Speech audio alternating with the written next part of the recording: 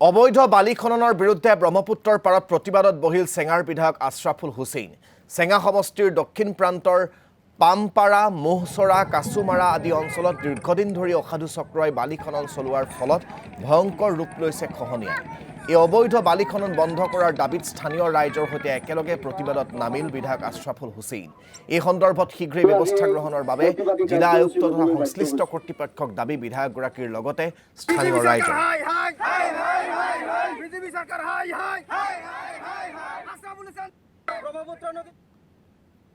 চেঙা ৰাজহুৱা চক্ৰৰ অধীনস্থ পামপাৰা গাঁৱত এই ঠাইৰ ৰাইজ ওলাই আহিছে।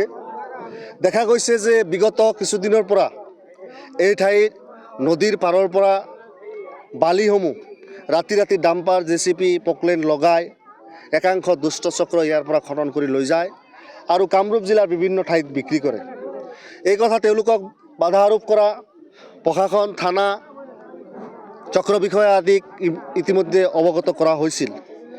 কিন্তু তাৰ পিছতো এই খনন তেওঁলোকে বন্ধ কৰা নাই আৰু যাৰ কাৰণে এই অবৈধ খননৰ বিৰুদ্ধে আজি ৰাইজ মাৰবান্ধি ওলাই আহিছে আৰু আমাক ৰাইজে তেওঁলোকৰ মনৰ কথা শুনিবলৈ ইয়াতে আমন্ত্ৰণ জনাইছে যে আচলতে আমাৰ সমস্যাটো, ৰাইজৰ সমস্যাটো আমি এজন জনপ্ৰতিনিধি হিচাপে শুনিব লাগে।